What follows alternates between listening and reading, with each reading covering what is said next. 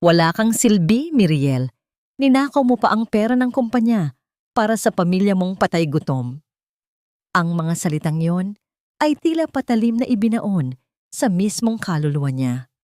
Sumunod ang mapangmata at nakakapasong halakhak ni Doña Carmen na sinabayan ng palihim at nagmamalaking ngiti ni Charlene. Ang matalim na titig ng asawa niyang si Enzo ay walang bakas ng pagmamahal na minsan nilang pinagsaluhan. Unti-unting luminaw ang paningin ni Mirielle. Nakaluhod siya sa malamig na sahig na gawa sa marmol ng kanilang malawak na mansyon. Sa kanyang harapan ay ang nagkalat na sabaw at laman ng paksiw na isda na maingat niyang niluto. Ang mga daliri niya ay may mga sariwang lapnos at pamumula-mula sa pagtitiyaga sa mainit na kalan. Umaasang matitikman muli ng kanyang asawa ang paborito nitong ulam noong nagsisimula pa lamang sila. Ngunit ang alay niyang pagmamahal ay itinapon lamang na parang basura. Dumikit ang mantika at sabaw sa laylayan ng kanyang kupasing bestida. Nanuyo ang kanyang lalamunan. Gusto niyang sumigaw, magpaliwanag, ngunit tila may nakabara sa kanyang dibdib. Isang makapal na sobrang naglalaman ng mga pekeng bank statement ang walang awang ibinato ni Charlene sa kanyang mukha. Ang mga piraso ng papel ay nagliparan at dahan-dahang bumagsak sa sahig. Nakasaad doon na ang pondo para sa kawanggawa ay inilipat sa isang account sa probinsya. Gusto niyang sabihing hindi niya yun gagawin, ngunit ang malakas na paghampas ng hangin at ang sunod-sunod na pagguhit ng kidlat sa labas ng bintana ay tila naging kakampi ng mga taong umuusig sa kanya. Pilit niyang inabot ang laylayan ng pantalon ni Enzo. Enzo, maniwala ka sa akin. Wala akong kinukuha. Hindi ko kayang gawin yan. Nagmamakaawang pakiusap niya habang ang mga luha ay nag-uunahan sa paglandas sa kanyang pisngi. Hinablot ni Enzo ang kanyang binti upang makawala sa pagkakakapit ni Mirielle. Palayasin niyo ang babaeng yan. Huwag ninyong hahayaang makatuntong muli rito. Malamig na utos ng bilyonaryo sa mga gwardiya. Kukunin ko si Cielo. Maawa ka, Enzo, may sakit ang anak natin. Umiiyak na pagsusumamo ng ina habang pilit na kumakawala sa mahigpit na pagkakahawak ng mga tauhan. Walang kaabog-abog na lumapit si Doña Carmen bitbit ang lumang lampin at basag na bag ng bata. Inihagis ito ng matanda palabas ng pinto patungo sa basang semento ng beranda. Diyan ka nababagay? Sa labas!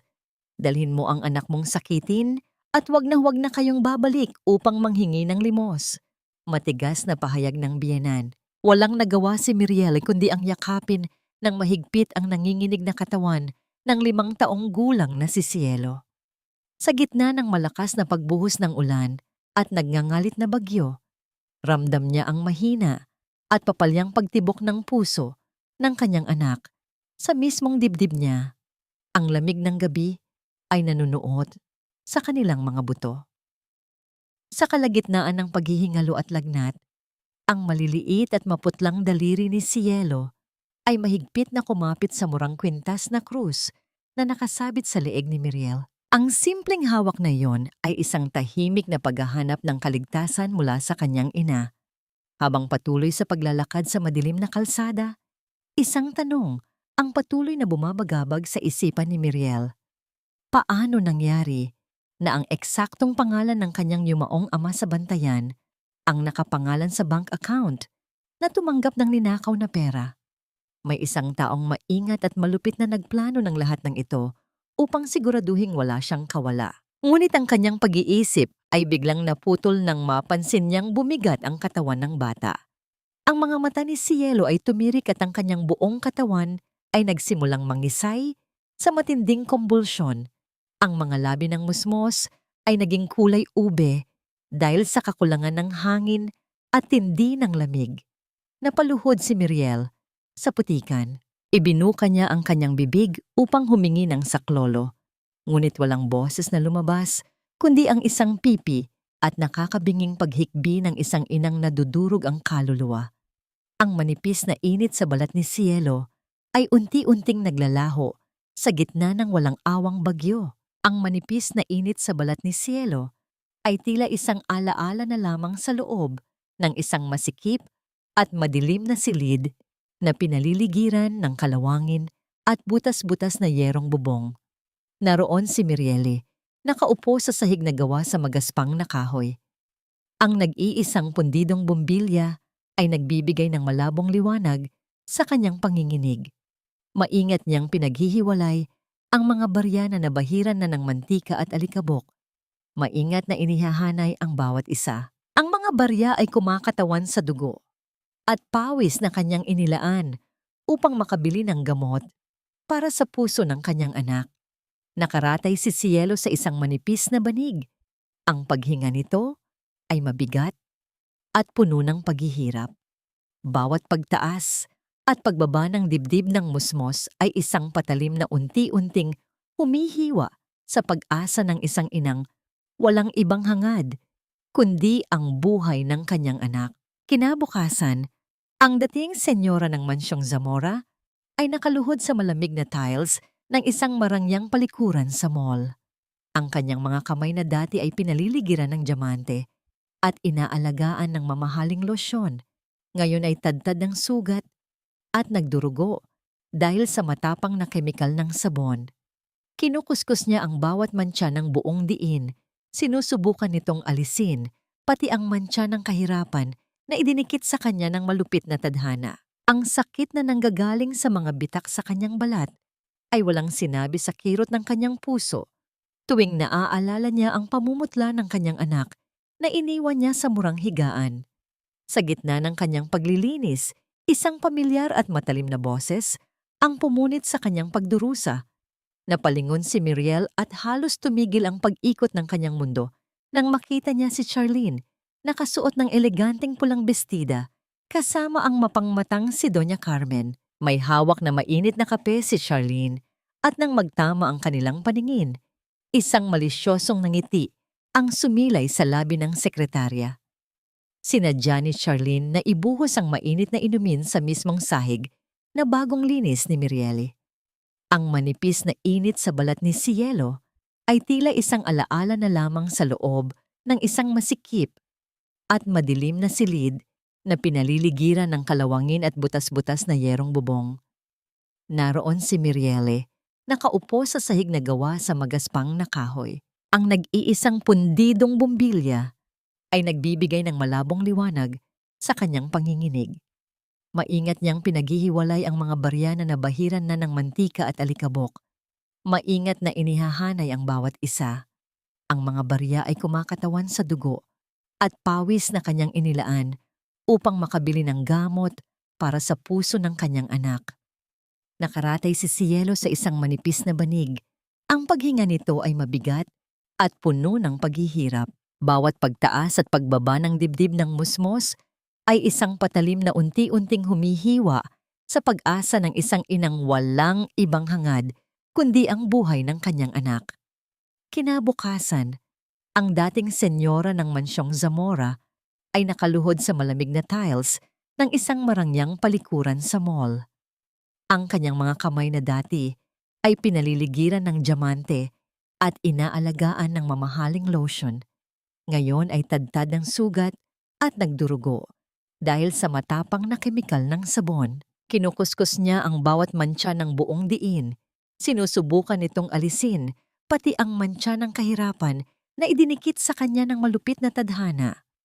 Ang sakit na nanggagaling sa mga bitak sa kanyang balat ay walang sinabi sa kirot ng kanyang puso tuwing naaalala niya ang pamumutla ng kanyang anak na iniwan niya sa murang higaan. Sa gitna ng kanyang paglilinis, isang pamilyar at matalim na boses ang pumunit sa kanyang pagdurusa. Napalingon si Miriel at halos tumigil ang pag-ikot ng kanyang mundo nang makita niya si Charlene, nakasuot ng eleganteng pulang bestida, kasama ang mapangmatang si Doña Carmen. May hawak na mainit na kape si Charlene at nang magtama ang kanilang paningin, isang malisyosong ngiti ang sumilay sa labi ng sekretarya. Sinadya ni Charlene na ibuhos ang mainit na inumin sa mismong sahig na bagong linis ni Miriele. Ang maitim na likido ay mabilis na kumalat sa puting baldosa, umaabot sa dulo ng basang sapatos ng nakaluhod na ina. Bagay sa'yo ang amoy ng basurahan, Miriel. Diyan ka naman galing di ba? Pag-uyam ni Charlene habang pinagmamasdan ang pagdurusa sa mga mata ng kanyang kaharap. Tiningnan lamang siya ni Doña Carmen ng may pandidiri na tila ba isang insekto ang nasa paanan nito na hindi karapat-dapat tapakan. Mariing kinagat ni Miriel ang kanyang ibabang labi hanggang sa malasahan niya ang pait ng sariling dugo. Hindi siya lumaban, hindi dahil sa takot, kundi dahil mas matimbang ang gutom ng kanyang anak kaysa sa natitira niyang pride. Yumuko siya at tahimik na pinunasan ang kumukulong kape gamit ang kanyang basahan, habang ang init nito ay tumatagos sa kanyang nanginginig at sugatang mga kamay. Ang bawat hagod ng basahan ay tila pagyakap niya sa kanyang kapalaran. Iniwan siya ng dalawa na may mapang-uyam na tawanan na umaalingaw-ngaw sa apat na sulok ng banyo. Ngunit nanatiling nakatungo si Miriel, tinatanggap ang lahat ng pangahamak, alang-alang sa buhay na kanyang ipinaglalaban. Bago siya lumabas ng mall, pasimple niyang kinapa ang kanyang bulsa. Naroon ang isang piraso ng tinapay na ibinigay ng isang mabait na janitress kanina. Kahit na kumakalam ang kanyang sikmura at nanlalbo ang paningin sa gutom, hindi niya ito ginalaw. Para ito kay Cielo, ang munting pasalubong na alam niyang magpapangiti sa kanyang anghel.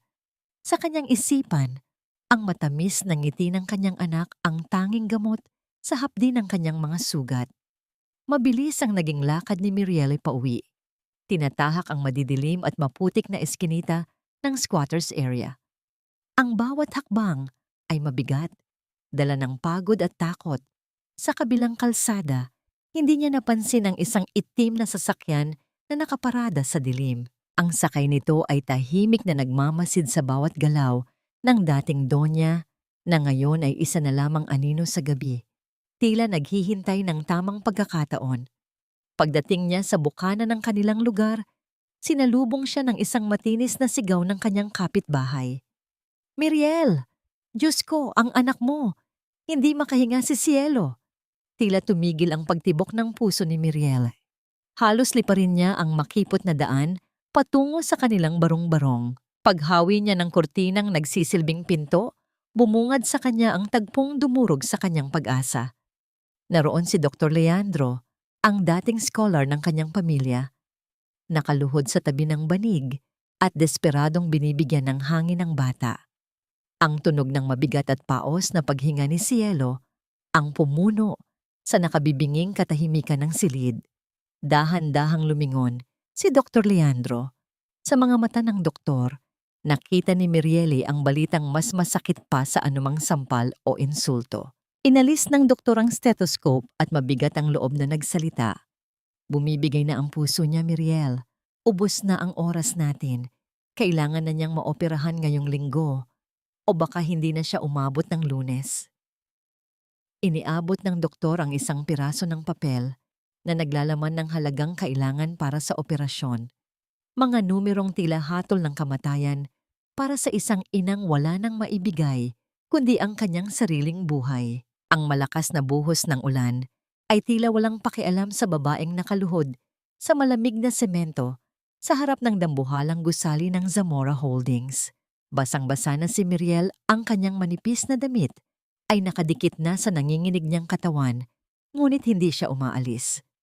Ang mga gwardiya na dati ay yumuyuko sa kanya tuwing dadaan siya ay nakatingin na lamang na ngayon na may halong awa at pag-aalinlangan, hindi makalapit dahil sa mahigpit na utos mula sa itaas. Ilang oras na siyang naghihintay, tinitiis ang lamig na tumatagos hanggang sa kanyang buto dahil ang bawat segundong lumilipas ay bawas sa natitirang hininga ng kanyang anak. Bumukas ang otomatik na pinto ng lobby at lumabas ang isang pamilyar na bulto. Si Enzo, makisig sa kanyang mamahaling Amerikana, ay naglalakad palabas na tila hindi siya naaapektuhan ng bagyo sa paligid. Nakakapit sa kanyang braso si Charlene na protektado ng isang malaking payong na hawak ng driver. Nang makita nila si Miriel, huminto ang mundo. Pilit na itinayo ni Miriel ang kanyang sarili, kahit na ang kanyang mga tuhod ay namamanhid na sa sakit. Enzo! Enzo! Parang awa mo na! Sigaw niya.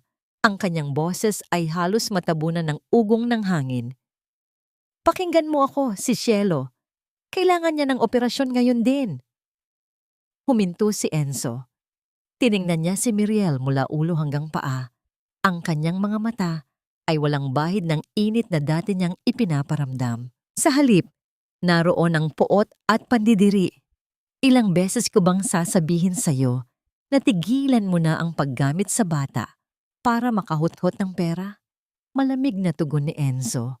Ang kanyang tinig ay mas matalas pa sa patalim. Akala mo ba maloloko mo pa ako pagkatapos mong nakawin ang pondo ng kumpanya? You are pathetic, Miriel. Hindi para sa akin to, Enzo.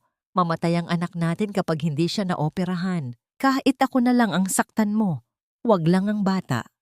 Pagmamakaawa ni Miriel, akmang hahawakan ng kamay ng asawa, ngunit mabilis itong umiwas na para bang may nakakahawang sakit ang babae. Senyas ni Enzo sa kanyang tauhan at iniabot sa kanya ang isang brown na folder. Walang pakundangan niya itong inihagis sa paanan ni Miriel. Ang folder ay bumagsak sa basang semento at ang mga papel sa loob ay bahagyang lumabas, nababasa ng ulan. Gusto mo ng pera? Fine, I will pay for everything directly to the hospital. Sabi ni Enzo, ngunit ang sumunod niyang mga salita ay dumurog sa natitirang pag-asa ni Mirielle. Pero sa isang kondisyon, pirmahan mo yan. Isinusuko mo ang lahat ng karapatan kay Cielo. Ako na ang magiging sole guardian niya. Lalayo ka at hinding-hindi ka na magpapakita sa kanya kahit kailan. You are unfit to be a mother. Napatigil si Miriel, tila huminto ang pagtibok ng kanyang puso. Dahan-dahan niyang pinulot ang basang papel. Nakasulat doon ang waiver of custody. Ito ang kasunduan sa demonyo. Ibinibenta niya ang kanyang karapatan bilang ina kapalit ng buhay ng kanyang anak. Sa gilid ng kanyang paningin, napansin ni Miriel si Benji, ang lumang empleyado ng kumpanya na nakatayo sa may pinto. Saglit silang nagkatinginan at nakita ni Miriel ang lungkot at takot sa mga mata ng matanda bago ito mabilis na umiwas ng tingin at yumuko. Tila may nais itong sabihin, ngunit napipi ng takot. Ibinalik ni Miriel ang tingin sa papel. Ang kanyang mga mata ay napako sa pamilyar na pirma ni Enzo sa ibaba ng dokumento. Ang mga linyang iyon din ang pirma sa marriage certificate nila at sa mga love letter na ipinapadala nito noong nasa kolehiyo pa sila. Dati, ang pirmang iyon ay pangako ng walang hanggang pag-ibig.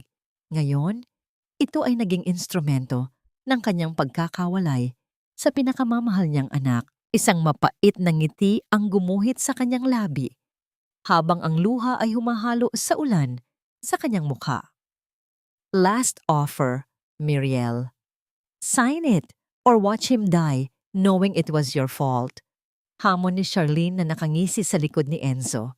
Nanginginig ang mga kamay ni Miriel habang inaabot ang ballpen na inalok ng abogado ni Enzo. Ang bigat ng pluma ay tila bigat ng buong mundo. Kung pipirma siya, mabubuhay si Cielo, ngunit magkakaroon ito ng inang patay na sa paningin ng batas. Kung hindi siya pipirma, yayakapin niya ang malamig na bangkay ng kanyang anak bukas. Inilapit niya ang dulo ng ballpen sa papel. Ang tinta ay nagsimulang kumalat sa basang pahina, kasabay ng pagpatak ng isang mainit na luha mula sa kanyang mata. Ito na ang katapusan ng kanyang pagiging ina at ang simula ng kanyang impyerno. Nanginginig ang kamay ni Miriel habang dahan-dahan niyang iniaangat ang ballpen mula sa papel. Ang itim na tinta ng kanyang lagda ay tila dugong kumalat sa puting pahina ng kasunduan, isang selyo ng kanyang tuluyang pagkatalo. Sa ilalim ng batas, hindi na siya ang ina ni Cielo. Naibenta na niya ang karapatang yakapin ng kanyang anak kapalit ng salaping magdudugtong sa buhay nito. Tumayo siya. Ang kanyang mga tuhod ay halos bumigay sa bigat ng emosyon. Ngunit pinilit niyang ituwid ang kanyang likod sa harap ni Enzo. Wala na ang luhang kanina ay walang tigil sa pagdaloy. Napalitan ito ng isang nakakabinging kahinahunan. Wala akong kailangan ni isang sentimo para sa sarili ko. Matatag ngunit basag ang tinig na wika ni Miriel habang diretso ang tingin sa mga mata ng asawang ngayoy tila ibang tao na. Ipadala mo ang lahat ng pera direkta sa ospital. Siguraduhin mo lang na mabubuhay siya, Enzo. Iyan lang ang hinihingi ko. Hindi nakasagot agad si Enzo. May dumaang anino ng pagtataka sa kanyang mukha. Inaasahan niyang magmamakaawa si Miriel para sa allowance o titirhan, gaya ng ibinibintang ni Charlene. Ngunit tanging kaligtasan lang ng bata ang nasa isip nito. Bago pa man makapagsalita ang lalaki, mabilis na hinablot ni Charlene ang dokumento. Ang mga mata nito ay kumikislap sa tagumpay. "Don't worry, Miriel. We will handle the transfer immediately." Matamis na pangako ni Charlene, ngunit sa likod ng kanyang ngiti ay nakatago ang isang patalim. Nang makaalis si Miriel, palihim na naglabas ng telepono si Charlene habang abala si Enzo sa pakikipag-usap sa abogado. Ibinulong niya sa kausap sa kabilang linya ang utos na magpapabago sa takbo ng lahat. "Hold the transfer. Flag it for security verification. Gusto kong madelay yan ng 48 oras. Hayaan mong maghintay ang hampas lupang yan." Samamantala, sa loob ng maputla at amoy gamot na silid ng ospital, bumalik si Miriel sa piling ni Cielo. Ang bata ay nakaratay sa gitna ng naglalakihang makina. Ang maliit nitong katawan ay tila nilalamon ng mga tubong nakakabit sa kanya. Kumuha si Miriel ng isang palangganang may maligamgam na tubig at bimpo. Dahan-dahan, puno ng pag-iingat na tila babasagin ang kanyang hawak, pinunasan niya ang braso at mukha ng anak. Sinimulan niyang awitin ang isang pamilyar na oyayi mula sa bantayan, ang kantang tungkol sa payapang dagat at mga bituin na gumagabay sa mga mangingisda pa uwi.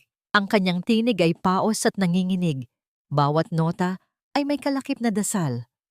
Sa kalagitnaan ng awit, iminulat ni Cielo ang kanyang mga mata. Pagod na pagod ang mga ito, ngunit nandoon pa rin ang kinang ng pagmamahal. "Mama," mahina at garalgal na tawag ng bata. Inabot ng maliit niyang kamay ang pisngi ng ina. "Huwag kang iiyak, Mama. Hindi na po masakit. Pagod na po ako." Ihumigpit ang yakap ni Miriel sa kamay ng anak. Pilit na pinipigilan ang paghagulhol na nais kumawala sa kanyang dibdib. "Huwag kang mapapagod, anak. Parating na ang tulong. Magiging maayos ang lahat." Ngunit ang pangako ay napako sa hangin. Bumukas ang pinto at pumasok si Sister Amparo. Ang mukha ng madre ay balot ng takot at awa. Sa likod niya ay ang doktor na masuyong umiling. "Miriel." Ang tinig ni Sister Amparo ay nanginginig. Tumawag ang accounting department. Wala pa ring pumapasok na pera mula sa mga Zamora. Hindi nila maumpisahan ang operasyon kung walang down payment. Kanselado ang schedule ngayong gabi. Parang binuhusan ng malamig na tubig si Miriel. Ang pangakong immediately ni Charlene ay isang patibong. Wala silang balak iligtas ang anak niya. Nais nilang mamatay ito sa kanyang mga bisig upang tuluyan siyang durugin. Bago pa man siya makasigaw sa galit, isang matinis at tuloy-tuloy na tunog mula sa cardiac monitor ang pumuno sa buong kwarto. Ang linyang berde sa screen ay naging tuwid at walang buhay. Nagkagulo ang mga nurse at doktor, pinalilibutan ang kama ni Cielo. Nakita ni Miriel ang pagmamadali, ang paghanda sa defibrillator, ang desperadong pagtatangkang ibalik ang tibok ng puso ng kanyang mundo. Ang paligid ay umikot ng mabilis. Ang mga ilaw ay naging malabo. At ang sahig ay tila bumukas upang lamunin siya. Sa gitna ng kaguluhan, bumagsak ang katawan ni Miriel sa sahig. Kasabay ng paglaho ng huling pag-asa sa kanyang puso, ang maputlang ilaw sa loob ng intensive care unit ay tila nakikiramay sa mabigat na kapaligiran. Ang tanging naririnig sa buong kwarto ay ang mainip at paulit-ulit na hudyat ng makina na nakakabit sa maliit na katawan ni Cielo, isang tunog na nagsisilbing manipis na sinulid na nag-uugnay sa bata sa mundong ibabaw. Ang bawat segundong lumilipas ay tila pagbilang ng mga natitirang sandali ng buhay. Bagaman na ibalik ang pulso ng bata, ang kanyang dugo ay unti-unting nauubos at nangangailangan ng agarang pagsasalin. A B negative, isang pambihirang uri ng dugo na kasalukuyang ubos na sa imbak ng ospital. Sa kabilang linya ng telepono, ang boses ni Dr. Leandro ay may halong panginginig ng galit at desperasyon habang kausap si Enzo. Kahit gaano kakasama, dugo mo pa rin ang dumadaloy sa batang yan, Enzo. Ang AB negative ay galing sa'yo. Kung hindi ka pupunta rito ngayon din, hindi na aabutan ng umaga ang anak mo. Ang pagbaba ng telepono ay marahas. Iniwan si Enzo sa kanyang opisina na nakatulala sa kawalan. Sa kabila ng kanyang paniniwala sa mga kasinungalingan ni Charlene, may isang kirot sa kanyang dibdib na hindi niya maipaliwanag. Isang tawag ng dugo na hindi kayang burahin ng anumang galit. Labag man sa loob, hinablot niya ang kanyang susi at nagmaneho patungo sa ospital. Pagdating niya sa waiting area, sinalubong siya ng nakabibinging katahimikan. Walang Miriel na naghihintay, walang asawang sasalubong upang magmakaawa. Ang tanging naroon ay ang bakas ng pag-alis ng isang ina. Sa isang upuang bakal sa sulok, may isang bagay na kumislap sa ilalim ng ilaw. Nilapitan ito ni Enzo. Ito ay ang pamilyar na rosaryong gawa sa maliliit na kabibe, ang sigay mula sa dalampasigan ng bantayan. Napigtas ang tali nito at nagkalat ang ilang butil sa sahig. Dahan-dahang pinulot ni Enzo ang rosaryo. Ang magaspang na tekstura ng mga kabibe ay humaplos sa kanyang palad. Nagdadala ng alaalang 10 taon. Ang nakararaan, noong siya ay simple pa lamang na mangingibig at hindi ang Boss Zamora. Mahigpit niyang kinuyom ang rosaryo hanggang sa bumaon ang matutulis na gilid nito sa kanyang balat. Ang pisikal na sakit ay tila pilit na tinatapatan ang gumuguhong pader ng kanyang paninindigan. Habang nakatayo doon, narinig niya ang bulungan ng 2 nurse na nag-aayos ng medical chart sa kalapit na counter. Grabe yung nanay sa room 302, no? Naawa talaga ako kanina. Sambit ng isang nurse habang umiiling. Imagine, 3 beses na siyang nagbenta ng dugo ngayong buwan sa ibang blood bank para lang may pambili ng gamot. Kaya pala putlang-putla siya kanina nung hinimatay. Oo nga sagot ng isa pa. Tapos nalaman ko sa pawn shop sa baba. Isinanla raw niya yung wedding ring niya kahapon. Sobrang barat daw ng kuha kasi luma na. Pero tinanggap pa rin na niya. Mabili lang yung oxygen tank ng bata. Nanigas si Enzo sa kanyang kinatatayuan. Ang wedding ring? Ang singsing na yon ay hindi lamang basta alahas. Iyon ang kaisa-isang bagay na ipinangako ni Miriel na hinding-hindi niya huhubarin kahit anong mangyari. Kung ninakaw nga ni Miriel ang pondo ng kumpanya gaya ng sabi ni Charlene, bakit kailangan niyang magbenta ng dugo? At isanla ang singsing para sa barya-baryang halaga? Isang malamig na kaba ang gumapang sa kanyang batok.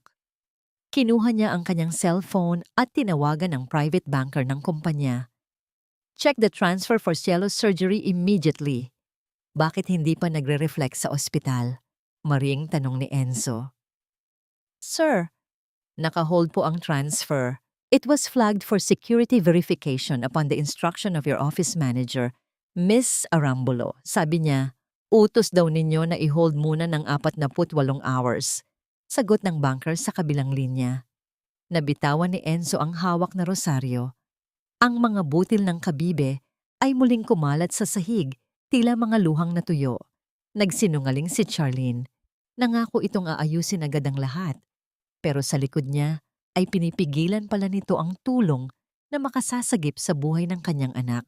Ang tiwala niya ay nagsimulang magkaroon ng malalaking bitak. Hindi na siya nag-aksaya ng panahon. Dumiretso siya sa extraction room. Kahit nagngangalit ang kanyang kalooban, inialay niya ang kanyang braso upang kunan yung dugo. Habang nakatusok ang karayom at dumadaloy ang kanyang dugo patungo sa bag, pumasok ang head nurse, hawak ang makapal na lumang folder ng medical history ng pamilya. Buti na lang po dumating kayo, Mr. Zamora, sabi ng head nurse habang inaayos ang tubo. Hindi na po kasi talaga pwede ang misis niyo. Delikado na para sa kanya ang mag-donate o kahit kunan pa ng kaunting dugo. Dahil ba sa puyat at gutom? Tanong ni Enzo. Ang boses ay may halong pagkabahala na pilit niyang itinatago. Umiling ang nurse habang binabasa ang lumang record. Hindi lang po yun, sir. Dahil po ito sa history niya. Mahina na po ang katawan niya simula noong nakunan siya 10 taon na ang nakakaraan. Severe hemorrhage po yun. Muntik na siyang mamatay noon dahil sa pagdurugo. Tila tumigil ang mundo ni Enzo. Ang ingay ng ospital ay biglang nawala at napalitan ng isang nakabibinging ugong sa kanyang tainga. Nakunan, ulit ni Enzo. Ang kanyang muka ay namutla. Anong sinasabi mo? Si Cielo ang panganay namin. Wala kaming ibang naging anak.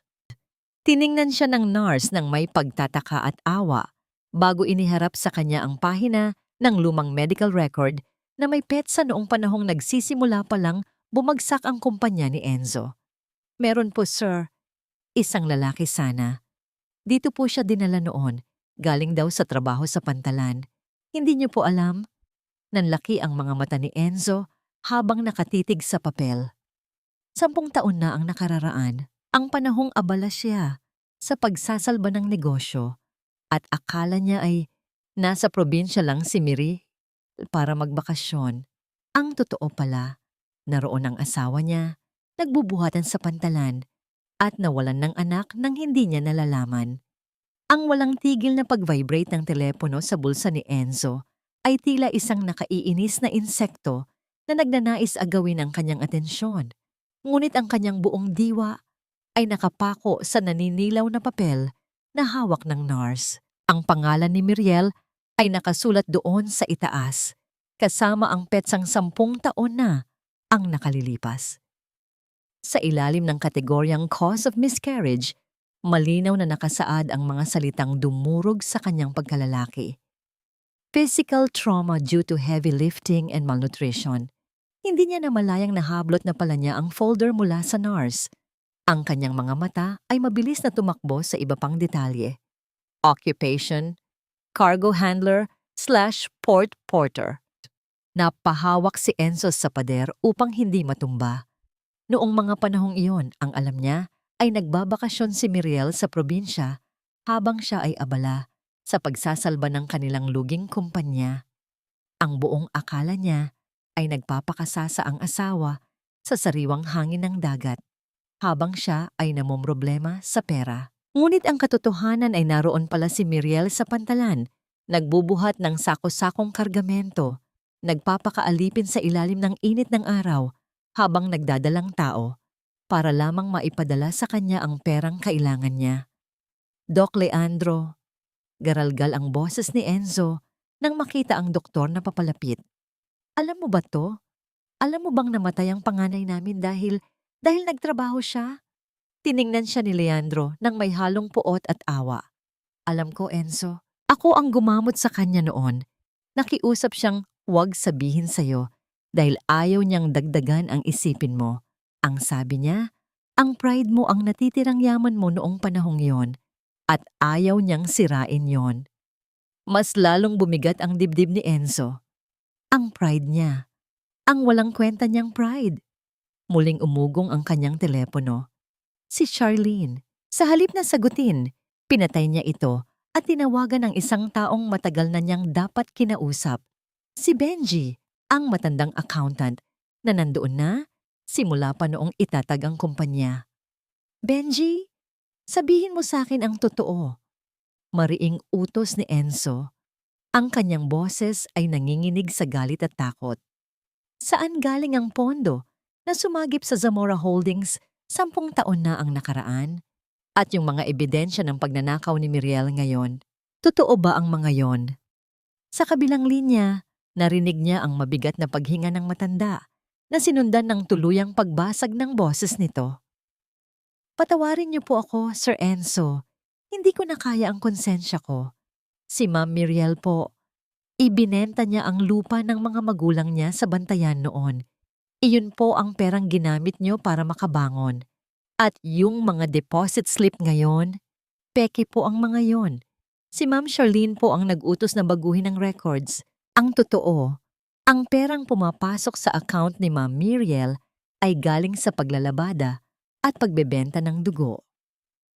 Ang bawat salita ni Benji ay tila mga pako na ibinabaon sa puso ni Enzo. Ang lupa sa bantayan, ang huling alaala ng mga magulang ni Miriel, ang lugar kung saan ito lumaki at nangarap, ay nawala ng dahil sa kanya. At ang babaeng tinawag niyang magnanakaw, ang babaeng ipinagtabuyan niya sa gitna ng bagyo, ay siya palang nagbigay ng lahat-lahat para sa kanya, pati na ang dugo sa ugat nito. Nabitawan ni Enzo ang telepono. Bumagsak ito sa sahig, ngunit hindi niya ito pinansin. Napaluhod siya. Sa gitna ng pasilyo ng ospital, yakap ang lumang medical record. Ang kanyang mga balikat ay yumanig sa tahimik na paghagulhol. Ang imahe ng kanyang asawa na nagbubuhat ng sako, na nagugutom, na nagbebenta ng dugo habang siya ay nakaupo sa kanyang air-conditioned na opisina at nilalandi ng ibang babae, ay paulit-ulit na sumasaksak sa kanyang isipan. Anong ginawa ko? Bulong niya sa kawalan. Diyos ko, anong ginawa ko sa kanya? Ang kanyang pagsisisi ay naputol ng biglaang pagbukas ng pinto ng operating room. Lumabas si Dr. Leandro. Ang kanyang surgical mask ay nakababa sa leeg at ang kanyang mukha ay puno ng lagim. Ang ilaw sa tapat ng pinto ay namatay. Senyales. Natapos na ang operasyon o may nangyaring hindi inaasahan. Mabilis na tumayo si Enzo. Ang kanyang mga tuhod ay nanginginig pa rin. Leandro, ang anak ko? Kamusta si Cielo? Hindi agad nakasagot ang doktor. Ang katahimikan sa pagitan nila ay mas mabigat pa sa anumang sigawan. Nang magsalita si Leandro, ang kanyang tinig ay halos pabulong na lamang, ngunit sapat upang gumuho ang natitirang mundo ni Enzo. Tumigil ulit ang puso niya, Enzo. Ginagawa namin ang lahat, pero maghanda ka na. Tila hinugot ang lahat ng hangin sa paligid. Ang tanging nararamdaman ni Enzo ay ang pagguho ng lupa sa ilalim ng kanyang mga paa at ang nakabibinging katotohanan na baka huli na ang lahat para sa kanyang pagbabayad puri. Tila isang hibang na tumatakbo si Enzo sa kahabaan ng pasilyo ng ospital. Ang bawat hakbang ng kanyang mamahaling sapatos sa makintab na sahig ay bumibigat, kasabay ng pagkabog ng kanyang dibdib na puno ng takot. Nang marating niya ang tapat ng operating room, inasahan niyang makaririnig ng hagulhol o sumbat. Ngunit ang sumalubong sa kanya ay isang nakabibinging katahimikan. Nakaupo si Miriel sa isang bakal na bangko, nakatulala sa kawalan. Ang kanyang mga mata ay tuyot at walang buhay, tila isang malalim na balon na naubusan na ng tubig. Para siyang isang estatwa na inukit mula sa pagdurusa. Gusto siyang yakapin ni Enzo. Gusto niyang lumuhod at humalik sa mga paa nito. Ngunit ang lamig na bumabalot sa kanyang asawa ay nagsilbing pader na hindi niya magawang tibagin. Alam niya sa sandaling iyon, mas gugustuhin pa niyang sampalin siya nito o sigawan kaysa sa ganitong uri ng katahimikan na nagpapahiwatig na wala na itong pakialam sa kanya. Habang nakabitin ang buhay ni Cielo sa loob ng operating room, sa kabilang dako ng lungsod ay nagaganap ang isang engrandeng pagdiriwang. Sa conference hall ng Zamora Holdings, nakatayo si Charlene sa harap ng mga nagniningning na ilaw ng kamera. Suot ang isang puting bestida na sumisimbolo sa huwad niyang kalinisan. Handa na niyang tanggapin ang posisyon bilang bagong vice president ng kumpanya. Naroon din si Doña Carmen, nakaupo sa unahan at pumapalakpak ng may pagmamalaki, habang iniisip na tuluyan na nilang naalis ang basura sa buhay ng kanyang anak. I am honored to lead Zamora Holdings into a new era. Buongyabang na pahayag ni Charlene sa mikropono. Ang kanyang nangiti ay abot sa tainga. Sabik na sabik sa kapangyarihang matagal niyang pinaglawayan. Ngunit bago pa man matapos ang palakpakan, biglang namatay ang malaking screen sa kanyang likuran. Sa halip na logo ng kumpanya, ang tumambad sa lahat ay ang mga scanned copy ng bank transfers, mga pinekeng dokumento, at ang CCTV footage kung saan kitang-kita si Charlene na nag-aabot ng suhol sa bank manager upang i-hold ang pera para sa operasyon ni Cielo. Nagkagulo ang mga mamamahayag. Ang mga flash ng kamera ay tila sunod-sunod na kidlat na humahatol sa kasalanan ng dalawang babae. Mula sa likod ng entablado, hindi si Enzo ang lumabas, kundi ang mga ahente ng National Bureau of Investigation, NBI, bitbit ang warrant of arrest na nilagdaan matapos isuko ni Enzo ang lahat ng ebidensyang nakuha niya mula kay Benji. Miss Charlene Arambulo, you are under arrest for qualified theft, falsification of public documents, and frustrated murder. Matigas na wika ng pinuno ng NBI. Nawala ang kulay sa mukha ni Charlene. Binitawan niya ang mikropono at ang tunog nito ay umalinggaw-ngaw sa buong bulwagan. Hindi totoo yan, frame up lang to. Enzo, nasaan si Enzo? Sigaw niya habang pilit na nagpupumigla sa bakal na posas na dumikit sa kanyang pulso. Sa ospital, pinapanood ni Enzo ang lahat mula sa kanyang cellphone. Ang kanyang mukha ay walang emosyon habang nakikita ang pagguho ng mundo ni Charlene. Nang marinig niya ang pagtawag nito sa kanyang pangalan, idinikit niya ang telepono sa kanyang tainga. Enzo, tulungan mo ako. Ginawa ko lang naman to para sa'yo, para sa kumpanya. Hysterical na sigaw ni Charlene, naririnig sa live broadcast. Ang babaeng yon. Ang hampas lupang yon ang sumira sa buhay mo. Wala kang ginawa para sa akin, Charlene. Bulong ni Enzo, bagaman alam niyang hindi siya nito naririnig. Pinatay mo ang kaisa-isang bagay na mahalaga sa akin. Sa screen, nakita ni Enzo ang kanyang ina na si Doña Carmen, na pilit na iniiwasan ang mga kamera, takot na madamay sa iskandalo. Mabilis na tinawagan ni Enzo ang numero ng kanyang ina. Enzo anak, anong nangyayari? Ayusin mo ito. Tarantang sagot ng matanda sa kabilang linya. Wala ka nang aayusin, Mama. Malamig na sagot ni Enzo. Ang bawat salita ay may bigat ng pamamaalam. Simula ngayon, freeze na ang lahat ng accounts mo.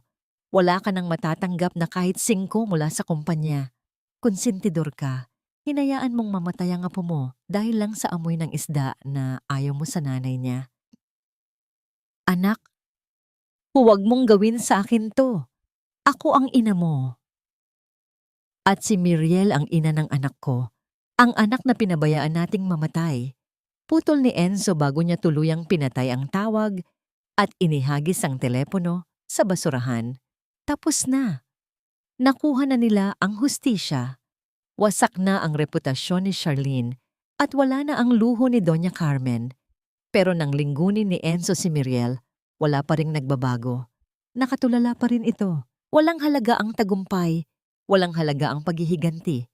Kung ang kapalit nito ay ang buhay na nasa loob ng operating room. Dahan-dahang lumapit si Enzo kay Miriel. Uupo sana siya sa tabi nito, ngunit sa sandaling dumampi ang kanyang balikat sa balikat ng asawa, naramdaman niya ang bahagyang pag-usog ni Miriel palayo. Isang maliit na galaw, ngunit sapat na upang durugin ang puso ni Enzo ng paulit-ulit. Ilang oras ang lumipas na tila mga taon. Ang bawat minutong pumapatak ay parang martilyong pumupukpok sa kanilang mga dibdib. Biglang namatay ang pulang ilaw sa itaas ng pinto ng operating room. Bumukas ang pinto at ang malamig na hangin mula sa loob ay lumabas kasabay ng amoy ng gamot at dugo. Lumabas si Dr. Leandro. Ang kanyang surgical gown ay may mga bahid ng dugo. Mabagal ang kanyang paglalakad at ang kanyang mga balikat ay nakabagsak. Tinanggal niya ang kanyang maskara at tumingin kina Enzo at Miriel, walang salita. Ngunit ang lungkot sa kanyang mga mata ay sapat na upang mapatayo si Miriel mula sa kanyang kinauupuan. Ang kanyang mga kamay ay nanginginig na nakatakip sa kanyang bibig habang hinihintay ang hatol ng tadhana. Ang mabigat na hangin sa pasilyo ay tila nahati ng magsalita si Dr. Leandro. Ang kanyang tinig ay paos at puno ng pagod, ngunit sapat upang basagin ang katahimikan na bumabalot kina Enzo at Miriel. Naisalba namin siya, panimula ng doktor habang pinupunasan ang pawis sa kanyang noo. Tumitibok na muli ang puso ni Cielo ng kusa, ngunit nasa koma pa siya. Masyadong mahina ang katawan niya para magising agad. We need to monitor him closely for the next 48 hours. Para kay Enzo, ang balitang iyon ay tila isang lubid na inihagis sa kanya habang nalulunod. Napaluhod siya sa makintab na sahig ng ospital. Ang kanyang mga tuhod ay bumigay sa pinaghalong ginhawa at matinding pagsisisi. Ang mga luha na kanina pa niya pinipigilan ay tuluyan ng umagos mula sa kanyang mga mata. Sa sobrang emosyon, agad siyang gumapang palapit kay Miriel upang yakapin ito, umaasang madadamayan siya nito sa sandaling iyon ng himala. Salamat sa Diyos. Salamat. Humahagulhol na sambit ni Enzo habang pilit niyang iniaabot ang kanyang mga kamay sa asawa. Miriel, buhay ang anak natin. Patawarin mo ako. Alam ko na ang lahat. Alam kong nagkamali ako. Babawi ako sa inyo. Pangako. Gagawin ko ang lahat. Niyakap niya ang baywang ni Miriel, isinusuobsob ang kanyang muka sa tiyan ng asawa na parang isang batang naghahanap ng kanlungan.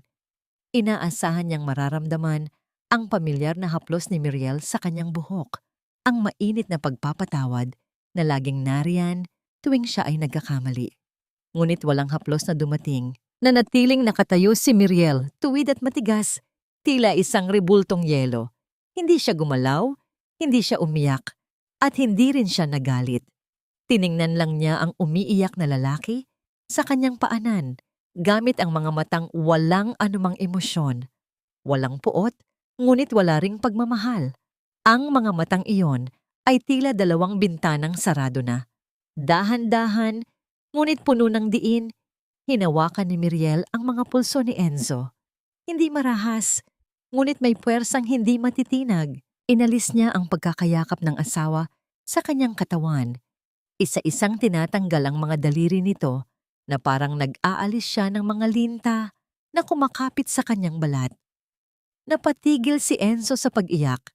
Tumingala siya at sinalubong ang blangkong tingin ng asawa. Ang lamig na naramdaman niya mula kay Miriel ay mas masakit pa kaysa sa anumang sampal o sigaw. Miriel! Bulong ni Enzo. Ang boses ay nanginginig sa takot na baka huli na ang lahat. Please, let me fix this. Hayaan mong alagaan ko kayo. Umurong ng isang hakbang si Miriel. Lumilikha ng distansya sa pagitan nila na tila isang malawak na karagatan. Inayos niya ang gusot sa kanyang lumang damit bago siya nagsalita. Ang kanyang tinig ay mahina, kalmado, ngunit bawat salita ay tumatarak sa puso ni Enzo. Hindi mo pinatay ang anak ko, Enzo. Wika niya ng walang gatol. Pero pinatay mo na ang babaeng nagmahal sa'yo ng buong buhay niya. Ang Miriel na kilala mo, wala na siya. Namatay siya noong gabing pinalayas mo kami sa gitna ng bagyo. Don't say that. Asawa mo pa rin ako. Pagmamakaawa ni Enzo habang pilit na tumatayo. Asawa? Isang mapait na ngiti ang sumilay sa mga labi ni Miriel, ngunit hindi ito umabot sa kanyang mga mata. Ang asawa ay karamay, Enzo. Hindi kaaway. Ang lalaking nasa harap ko ngayon ay hindi ko kilala. Isa ka na lamang estranghero na mayaman. At ako ay isa lamang hampas lupa, gaya ng tawag niyo sa akin. Tumalikod si Miriel at naglakad patungo sa silid kung saan inilipat si Cielo. Bago siya pumasok, lumingon siya sa huling pagkakataon. Huwag kang lalapit sa anak ko. Ang pera mo ang bumuhay sa kanya, oo, at babayaran kita balang araw. Pero hindi mabibili ng pera mo ang karapatang maging ama. Matapos mo kaming itapon, isinara niya ang pinto. Ang tunog ng pagsara ay tila pagbagsak ng isang mabigat na pader na naghihiwalay sa kanilang dalawa habang buhay. Naiwan si Enzo na nakatayo sa pasilyo. Ang kanyang mga kamay ay nakabitin sa hangin, yakap ang kawalan. Kinabukasan, maagang bumalik si Enzo sa ospital. Bitbit niya ang paboritong lugaw ni Miriel at mga bagong laruan para kay Cielo. Ang kanyang mga mata ay namamaga pa sa magdamag na pag-iyak, ngunit may dala siyang pag-asa na baka sa umagang ito ay lumambot na ang puso ng asawa. Baka sakaling mapatawad siya nito kung magpapakita siya ng sinseridad. Dahan-dahan niyang binuksan ang pinto ng room 302. Inihahanda ang kanyang nangiti. Ngunit pagpasok niya, sinalubong siya ng malamig na hangin ng aircon. Ang kama ay walang laman. Ang mga kumot ay maayos na nakatupi, malinis at puting-puti. Walang bakas ng gamot, walang mga makina at walang mag-ina. Ang silid ay tila hindi kailanman tinirhan ng tao.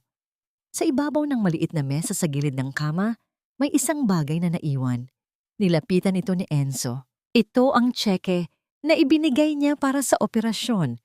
Nandoon pa rin, ngunit may kasamang sulat na nagsasabing ang bayad sa ospital ay galing sa donasyon ng isang anonymous foundation. Nanginginig na tinanong ni Enzo ang nurse na dumaan. Nasaan sila? Nasaan ang mag-ina ko? Umalis na po sila kaninang madaling araw, sir. Sagot ng nurse. Nag-transfer po sila sa ibang ospital. Mahigpit po ang bilin ng pasyente na huwag ipaalam sa inyo kung saan. Bumagsak ang paper bag na hawak ni Enzo. Ang mainit na lugaw ay tumapon sa sahig. Kumalat na parang ang pag-asang unti-unti nang nauubos. Sa gitna ng puting kwarto, napagtanto ni Enzo ang tunay na bigat ng kanyang parusa. Siya ay mayaman, makapangyarihan, at malaya. Ngunit siya ay mag-isang haharap sa impyernong siya rin ang gumawa. 6 na buwan na ang lumipas mula nang lisanin ni Mirielle ang malamig na pasilyo ng ospital at ang marangyang buhay na puno ng tinik. Sa isang payapang bayan sa gilid ng Laguna, malayo sa usok at ingay ng Maynila, natagpuan niya ang kapayapaan na matagal na niyang ipinagdarasal.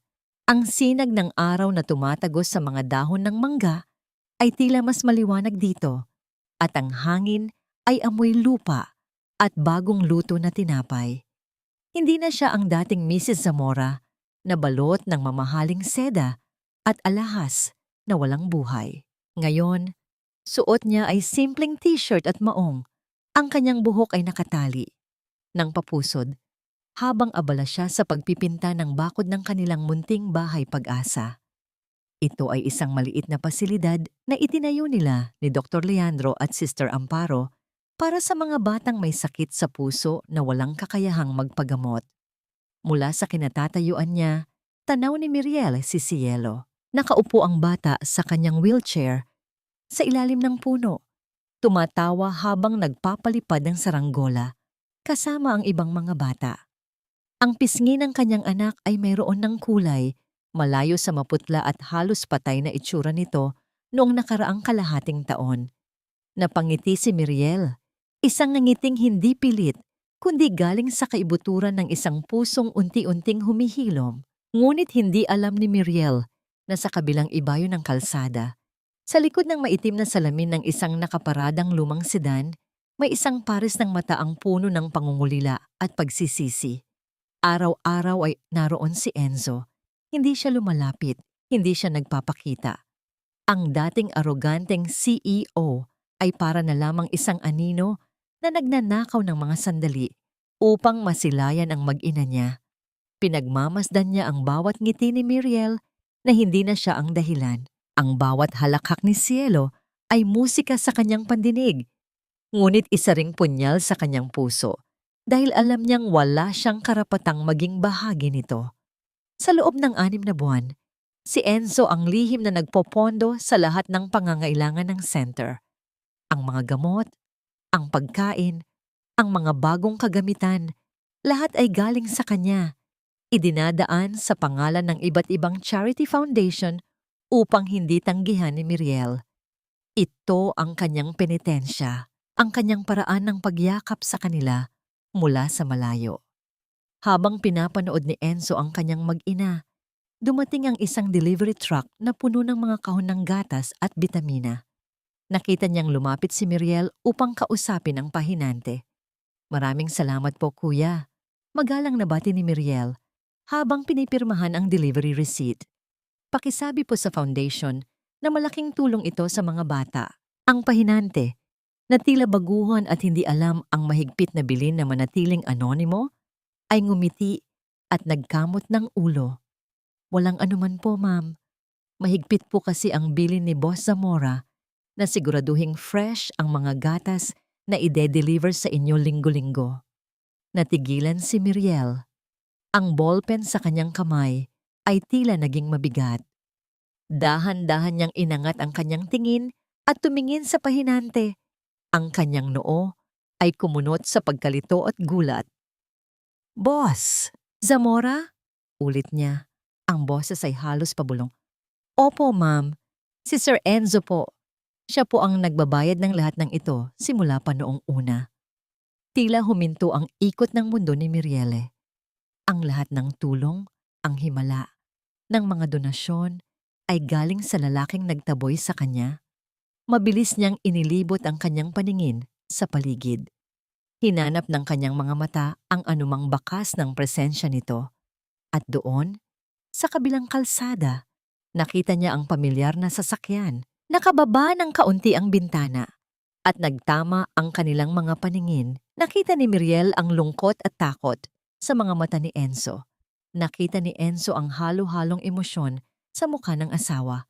Gulat, sakit, at ang muling pagtatayo ng pader na pilit niyang giniba. Akmang tatalikod na sana si Miriel upang pumasok at isarado ang gate nang biglang mabasag ang katahimikan ng hapon.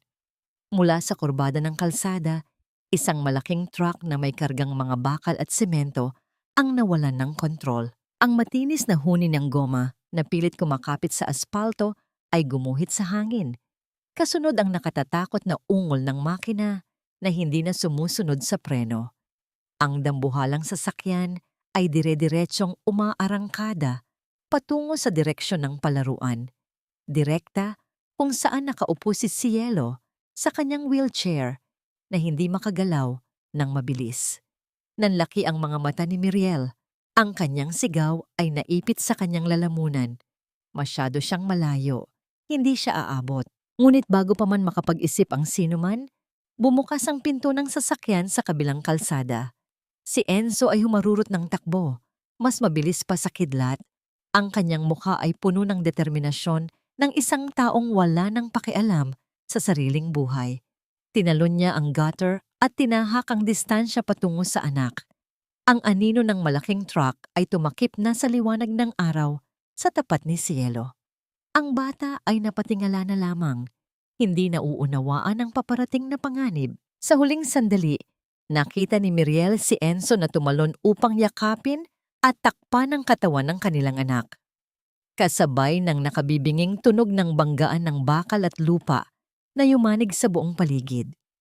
Ang makapal na alikabok mula sa guho ay dahan-dahang humupa, tila isang tabing na inalis upang ilantad ang resulta ng sakuna.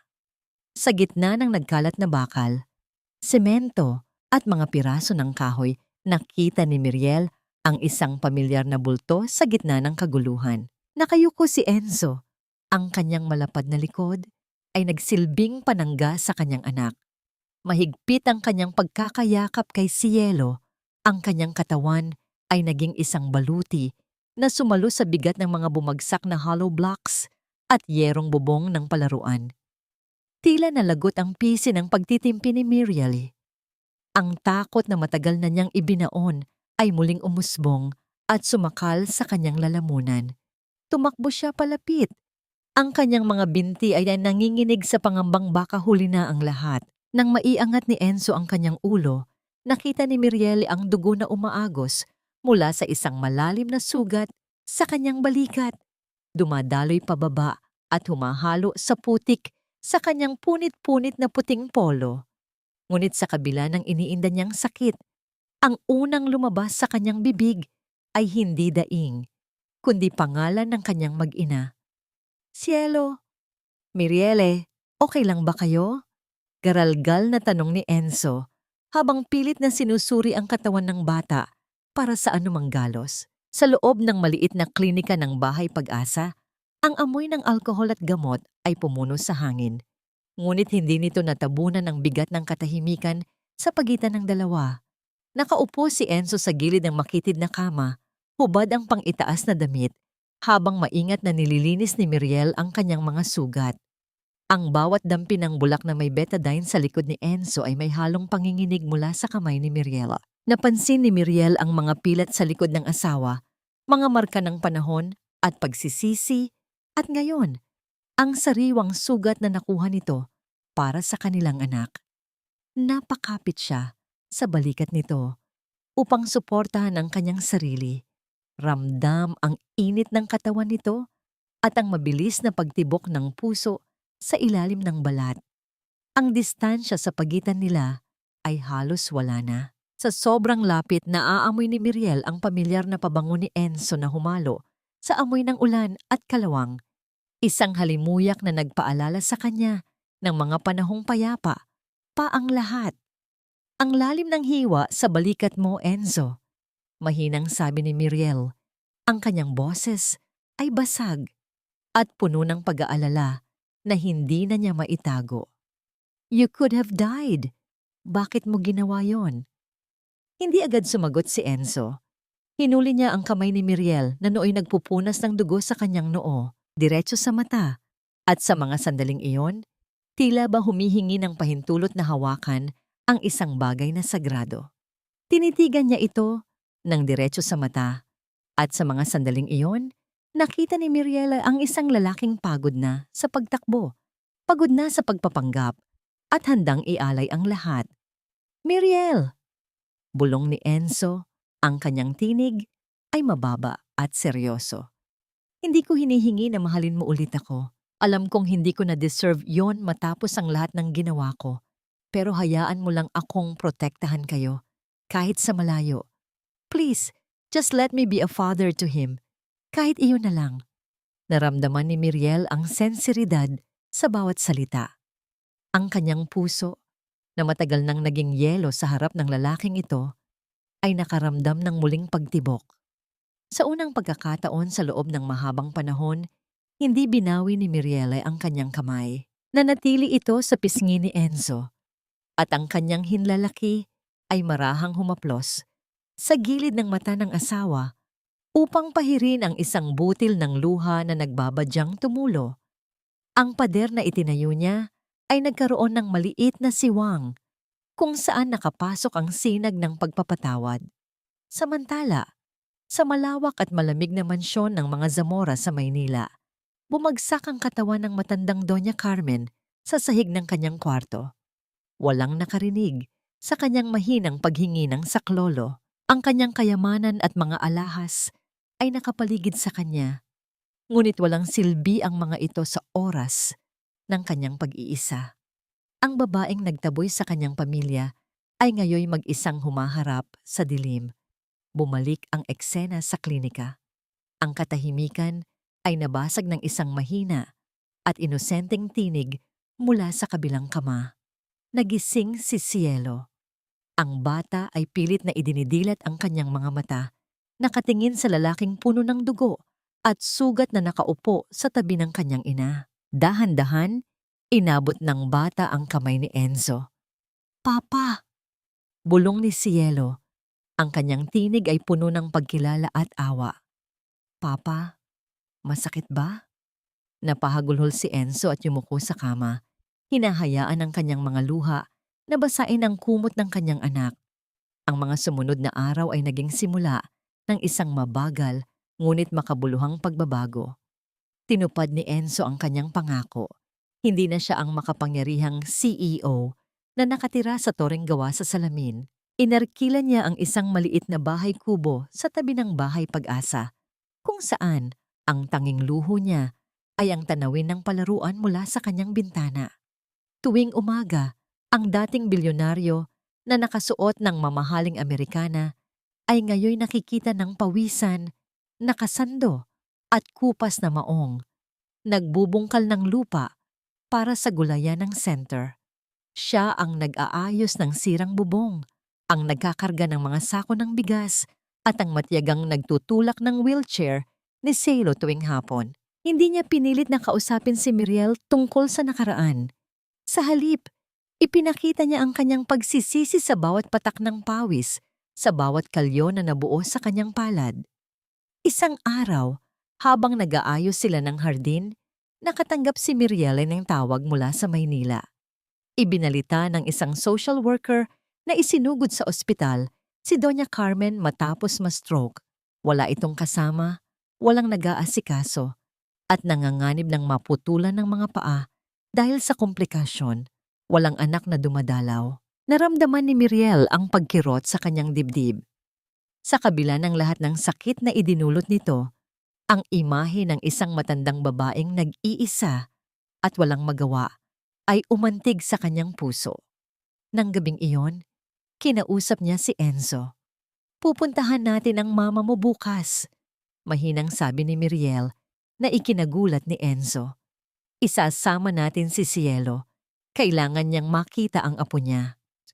Kinabukasan, sa loob ng isang pribadong silid sa isang mamahaling ospital, bumungad sa kanila ang isang tanawing dumurog sa puso. Nakahiga si Doña Carmen, ang kalahati ng kanyang katawan ay hindi na maigalaw. Ang kanyang mga mata ay lubog sa kalungkutan. Ang dating matapang at mapagmataas na matriarch ay isa na lamang anino ng kanyang dating sarili. Nang makita niya si Miriel na buong pusong inaalalayan si Cielo palapit sa kanyang kama, ang mga luha ay walang tigil na umagos mula sa mga mata ng matanda. "Patawad! Patawarin niyo ako."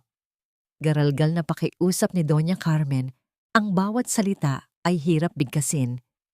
"Pinagsisisihan ko ang lahat. Ang lahat."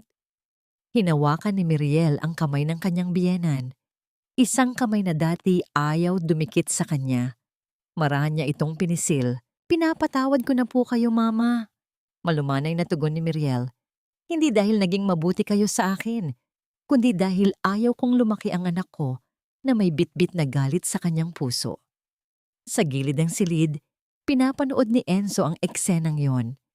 Sa sandaling iyon, mas lalo niyang naintindihan ang kadakilaan ng babaeng minsan niyang sinaktan at ipinagtabuyan. Ang pagpapatawad ni Miriel ay hindi kahinaan, kundi isang lakas na hindi kayang bilhin ng anumang yaman. Pagkatapos ng ilang linggo, niyaya ni Enzo si Miriel na bumalik sa lugar kung saan nagsimula ang lahat, sa dalampasigan ng Bantayan, kung saan ang puting buhangin ay kasing pino ng asin. Habang papalubog ang araw, naglakad sila sa tabi ng dagat. Ang kanilang mga anino ay humahaba at nagkakadikit sa basang buhanginan. "Naalala mo pa ba?" Basag ni Enzo sa katahimikan. "Dito tayo unang nagkita. Aksidente mong natapunan ng buko juice yung libro ko." Ngumiti si Miriel sa unang pagkakataon matapos ang mahabang panahon. Isang tunay na ngiti na umabot sa kanyang mga mata. "Oo naman. At galit na galit ka noon kasi wala kang pamalit na kopya." Huminto sila sa paglalakad. Kinuha ni Enzo ang isang magandang kabibe mula sa buhangin, pinagpagan ito at inilagay sa palad ni Miriel. "Miriel, alam kong marami pa akong dapat patunayan, pero sana, balang araw, bigyan mo ako ng pagkakataong buuin muli yung pamilya nating sinira ko." Sa ilalim ng kahel na kulay ng papalubog na araw, ang hangin ay humihip ng malakas. Nililipad ang ilang hibla ng buhok ni Miriel patungo sa mukha ni Enzo. Tiningnan ni Miriel ang lalaking nasa harap niya. Hindi na ito ang aroganteng CEO, kundi ang lalaking nagbungkal ng lupa at handang mamatay para sa kanilang anak. Dahan-dahan, inabot ni Enzo ang kanyang kamay.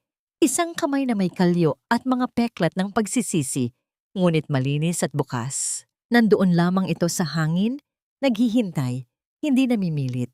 Ang hangin mula sa dagat ay patuloy na umihip, tila naghihintay din sa desisyon ng babaeng sinubok ng panahon. 5 taon, ang mabilis na lumipas. Ang dating maliit na bahay Pag-asa sa Laguna ay isa na ngayong dambuhalang gusali sa puso ng Cebu, ang Silos Hope Heart Center for Children.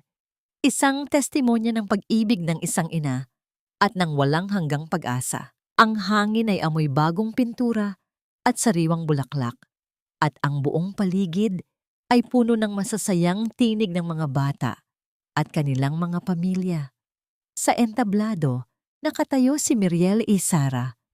Hindi na siya ang babaeng nakayuko at puno ng takot. Ang suot niya ay isang simpleng puting bestida, ngunit ang kanyang tindig ay puno ng awtoridad at kalinawan. Sa kanyang harapan ay ang daan-daang bisita, mga doktor, at mga pamilyang natulungan ng kanilang pundasyon. Ang kanyang tinig, nang magsalita siya sa mikropono, ay hindi nanginginig. Ito ay matatag, puno ng init, at may bigat ng isang taong nakatawid na sa apoy. Ang pag-asa ni Cielo ay hindi lamang isang gusali. Panimula niya, ang kanyang mga mata ay naglalakbay sa bawat mukha sa bulwagan. Ito ay isang paalala na ang pinakamalalim na sugat ay kayang maghilom at ang pinakamatinding sakit ay kayang maging pinagmulan ng pinakadakilang lakas. Para sa lahat ng ina na nakikinig ngayon, huwag ninyong kalimutan na ang puso ninyo ay isang muog na hindi kayang tibagin ng anumang unos. Ang masigabong palakpakan ay umalingaw-ngaw sa buong gusali. Habang siya ay ngumingiti, ang kanyang isipan ay sandaling lumipad sa mga taong naging bahagi ng kanyang madilim na nakaraan.